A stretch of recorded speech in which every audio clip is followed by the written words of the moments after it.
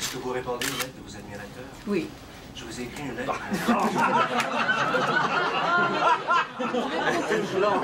Attendez, je réponds à toutes les lettres des admirateurs. Mais je dois vous dire que j'allais vous dire sur la longueur, vous l'avez écrit quand il y a 12 ans? Il y a 15 ans. Ah, J'attends alors, toujours. c'est vrai? Est-ce que vous vous souvenez ce que vous avez écrit? Oui, je vous avais demandé quelle était votre fleur favorite, c'était sûrement la rose, quels étaient vos projets, etc. Mais je peux vous répondre, j'avais j'ai commencé 15 ans à avec faire retard. C'est vrai, alors vous êtes une des quelques rares personnes à qui je n'ai pas répondu, mais je réponds Elle s'est toujours. peut-être égarée Je lis. aussi. Non, vous voyez, je ne suis pas malhonnête, peut-être qu'elle ne s'est pas égarée, que je n'y ai pas répondu, peut-être qu'elle s'est égarée aussi. C'est très gentil de votre part de me dire ça. Mais en tout cas, je peux vous répondre, mes fleurs préférées sont les fleurs des champs. Sauvage. Et oui, les fleurs sauvages. Et c'est vrai que j'aime aussi les roses, mais particulièrement quand c'est une rose. Et peut-être nous pouvons reprendre cette correspondance 15 ans plus tard. Est-ce que votre adresse est la même? Ah, alors là, attendez, 15 ans, je ne sais pas où j'étais il y a 15 ans. Mais je vous donnerai ma nouvelle adresse. Oui, si vous me la demandez. Non, mais je réponds, alors, mais cela dit, je réponds presque toujours aux lettres. Mais quelquefois c'est non, parce que là j'étais en tournée, quelquefois c'est un an de retard. Mais 15 ans, c'est beaucoup quand même. Pour votre nouveau spectacle, quels sont vos rapports avec les décibels? On remarque de plus en plus de chanteurs dans leur récital, on comprend pas bien les paroles. Ah, chacun fait comme il veut. Chacun fait comme il veut. Vous n'allez pas me faire dire du mal des chanteurs. Je n'ai pas fait 7000 km pour venir me parler des décibels des autres.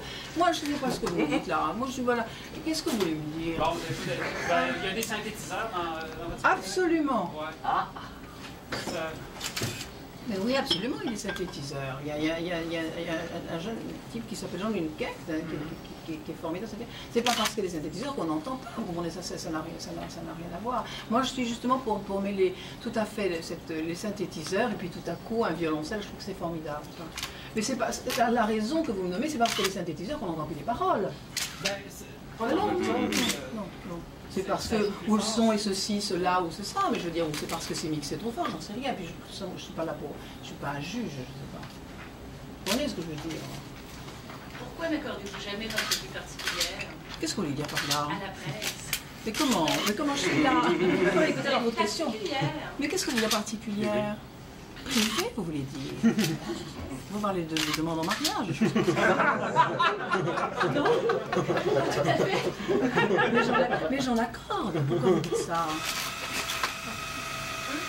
Mais comment savez-vous d'abord? Vous m'avez jamais demandé. Pourquoi vous dites ça? Sur quoi vous vous basez? Vous voyez que c'est toujours sur des on-dit.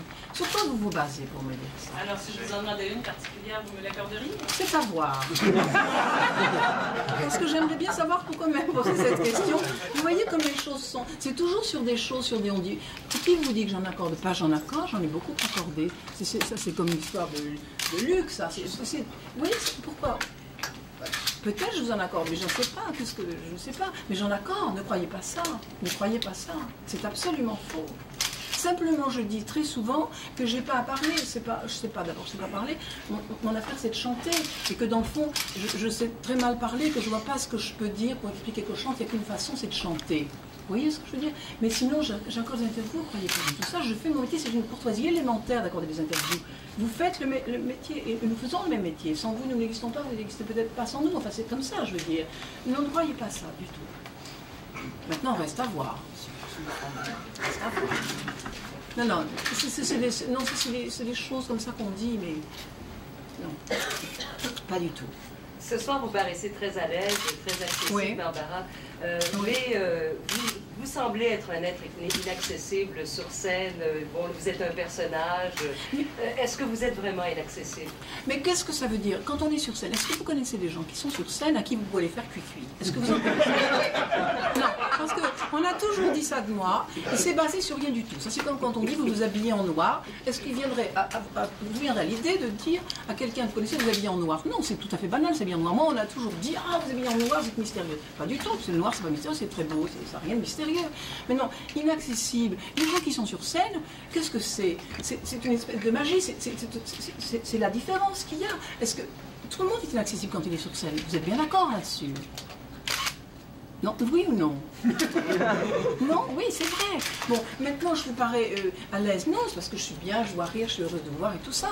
Mais sachez bien qu'à partir de demain matin, je chante après-demain, je suis complètement enfermée. Pourquoi? Parce que j'ai peur. Pas du tout pour me rendre inaccessible. Parce que j'ai peur.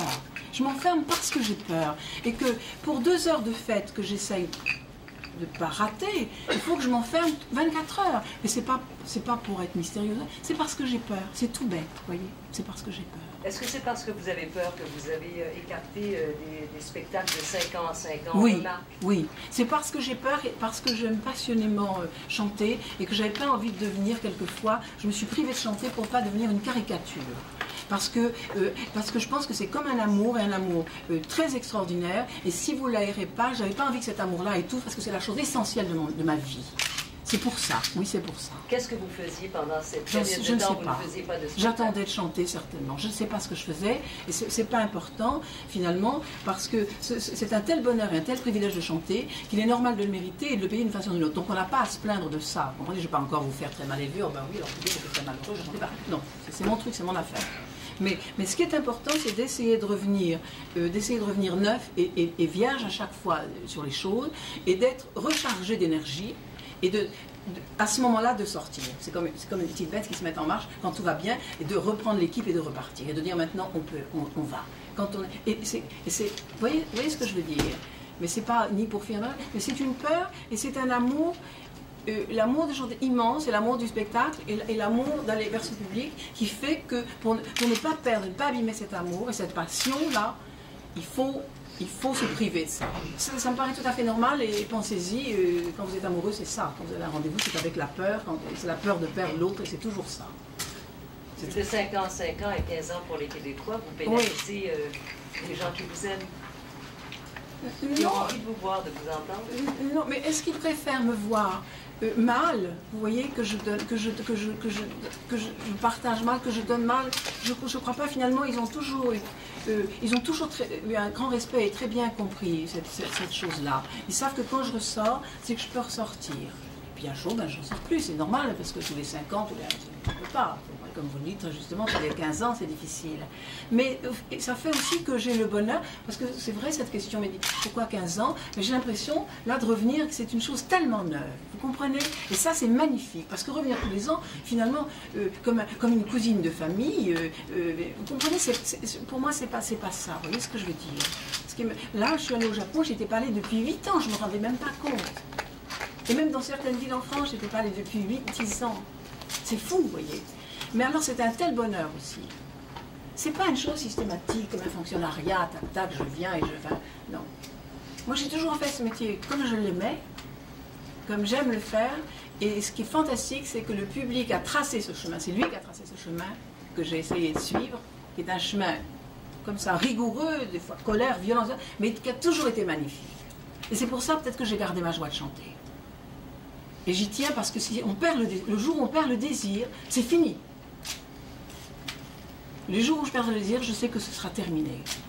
Il ne faut pas perdre le désir. Je crois qu'il faut protéger et que c'est très important, le désir. C'est très important.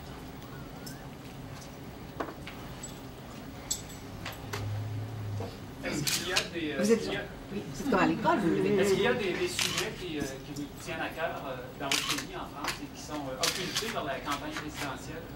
Écoutez, là, je vais vous dire, je ne suis pas venue vous parler de la campagne, non, bien sûr qu'ils me tiennent à cœur, mais on ne va pas en 1 heure de temps faire tous les sujets comme ça, puis parler un petit peu d'ici, de ça, machin. Je ne suis pas venue parler politique, des sujets qui me tiennent à cœur, bien sûr, comme vous en avez, qui me tiennent, bien sûr, beaucoup. Mais je ne suis pas venue vous parler de ça. Je suis vraiment venue je suis venue chanter. Et ça ne veut pas dire que je refuse de parler de ça, mais c'est trop facile en 1 heure de parler, d'avoir l'air bien, et de parler un petit peu politique, un petit peu des jeunes, un petit peu machin, un petit peu truc. Alors ça, vous voyez, l'échantillonnage comme ça, et puis on s'en va du cœur soulagé en se disant, bah oui, tu étais très bien, là, j'ai parlé, c'était très bien. Parce que j'étais vraiment très bien, là, je suis vraiment formidable. Alors ça, si on pouvait l'éviter, ça me ferait vraiment plaisir. Vous êtes d'accord avec ça? On ne va pas se mettre à parler. Hein? Qu'est-ce que vous faites quand vous ne chantez pas, quand vous n'êtes pas en tournée? Ce que je répondais tout à l'heure, je ne sais pas. Je crois que je ne sais pas ce que je fais. Je ne sais pas ce que je fais. Vous vivez vraiment pour ça? c'est pas que je vis pour ça, on vit pas pour ça, mais c'est mon moyen de communiquer. Ça m'a permis d'aller vers les autres. C'est certainement la chose c'est le véhicule qui m'a permis d'aller vers les autres. Alors qu'est-ce que je fais? Je regarde, je me recharge, je fais comme tout le monde. Mais je sais pas ce que je fais. Mais qu'est-ce qui vous intéresse? Ce qui m'intéresse, c'est la vie, sont les autres. Comme vous, qu'est-ce qui vous intéresse? Oh, des tas de choses, je pourrais commencer à vous répondre. Allons-y. Non, mais vous êtes attentive, j'imagine, oui, comme tout le monde, vous regardez les nouvelles, par exemple. Bah, bien sûr. Bon, mais écoutez, on ne peut pas chanter. Écoutez, on peut pas chanter sans être complètement touché par ce qui se passe. On ne peut pas traverser le monde et puis bonjour, je chante, au revoir à ça. C'est pas ça, chanter. Chanter, c'est au-delà de ça. C'est pas chanter puis s'en aller au revoir, c'est pas ça. On ne peut pas ne pas être touché, être écorché par toutes les choses. C'est impossible, surtout si on écrit ces chansons. Surtout si on écrit. Barbara, je m'amusais à dire tantôt que, parce que vous êtes arrivé en retard d'une demi-heure, Comment je suis en retard? on vous attendait pour 6 heures. Alors bon, je m'amusais à savais dire pas. que vous étiez en train de faire vos 50 longueurs dans la piscine. Est-ce que ça aurait pu? Si je vous disais ce que j'étais en train de faire, vous seriez extrêmement surprise. Très surprise. Ça n'avait rien avec des longueurs de piscine. Rien à voir. Mais je vous demande pardon si j'étais en retard, mais je n'avais pas l'impression que j'étais en retard. Parce que je suis quelqu'un d'extrêmement ponctuel, alors je vous demande pardon. Non, mais la question est... Est-ce que vous étiez dans la piscine? Oui. Est-ce que vous êtes sportive? Est-ce que ça peut plus être 50 longueurs de piscine que vous faisiez? Non, ça aurait été impossible que je sois en retard avec vous pour faire 50 longueurs de piscine. D'abord parce qu'un quart d'heure ne m'aurait pas suffi pour faire 50 longueurs de piscine. Il me faut toute une vie parce qu'il y a seulement 2 ans que j'ai mon certificat, comment on appelle ça? L'âge depuis 2 ans. Alors vous voyez, c'est pas en un quart d'heure. J'aurais pu faire... Non, pas du tout. Non, je n'avais pas ça du tout. Vous semblez très constante. Par exemple, la mode, est-ce que vous avez toujours Barbara Noire, ce maquillage qu'on reconnaît, qu'on a connu et qu'on est content de revoir. Est-ce que vous vous intéressez à la mode? Oui, je m'intéresse beaucoup à la mode, mais je crois que chacun peut faire sa mode. Mais je m'intéresse beaucoup à la mode. Mais je pense qu'il y a 25 ans, 30 ans, j'étais déjà habillée comme ça, et qu'à ce moment-là, on ne me le faisait pas remarquer. Mais c'est les mêmes choses qu'en fait, c'est les mêmes choses que je ressors dans des matières différentes ou des choses. Je pense que chacun a sa mode, mais je suis très intéressée par la mode, par les matières, je suis très intéressée. Est-ce que vous avez une amitié particulière avec un couturier, une couturière? Non, j'ai des admirations très grandes pour Saint-Laurent, pour des gens comme Montana, pour beaucoup de gens. Mais j'ai beaucoup d'admiration. Mais il n'y a pas quelqu'un qui est allé vous voir comme ça a été le cas pour Anouk Aimé, par exemple, qui a dit Barbara, vous présentez un peu ce que... Si, mais ça me convenait pas. C'est pas que ça ne me convenait pas, c'est que je n'ai pas envie qu'on m'habille dans une chose où je ne suis pas bien. Il faut que je sois bien pour avancer. Et tout à coup, si un type a une très forte personnalité, il a envie que ce soit comme ça. Ça ne me convient pas. J'aime mieux mettre mes chiffons à moi si je m'y sens bien dedans. Si, bien oui.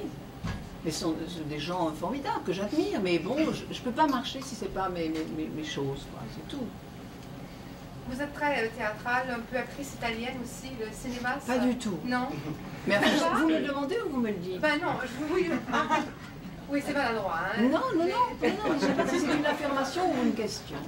Donc je vous trouve très théâtrale, je vous perçois perçois un peu actrice italienne, comme le cliché qu'on peut sentir. Alors ça, je ne peux pas vous dire. Et comme ma copine à côté me demande de vous demander si vous vous intéressez au cinéma, alors j'essaie d'amener la question du cinéma. Alors, sur votre affirmation, moi, je sais pas, je peux rien dire, parce que moi, tout ça me paraît très évident. Alors, je m'intéresse beaucoup au cinéma, c'est une question que vous auriez pu me poser, elle n'est pas dangereuse. J'aurais pu la poser tout ça, vous êtes grande maintenant. Et oui, voilà, alors la réponse, c'est oui. Et vous en faites?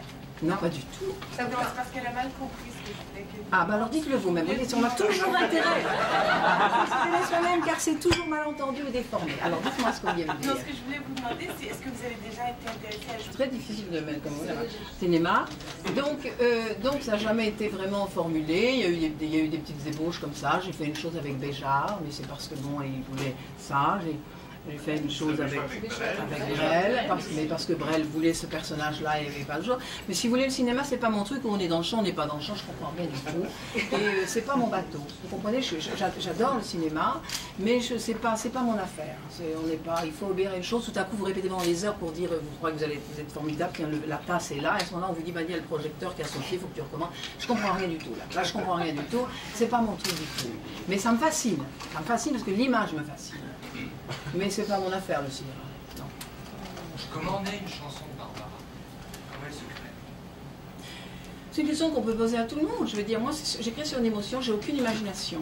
Donc, je n'écris que sur des choses qui sont arrivées. Qu'est-ce que c'est les chansons? C'est des petites nouvelles de ma vie, finalement. Je l'ai assez dit pour leur dire. Il n'y a pas d'invention dans mes chansons. Et tout ce qui est raconté dans mes chansons, ce sont des choses qui sont arrivées. Par rapport à la musique? Ah, c'est ensemble, c'est ensemble. Jamais une musique n'a été faite sans les paroles. C'est les deux dans ma tête.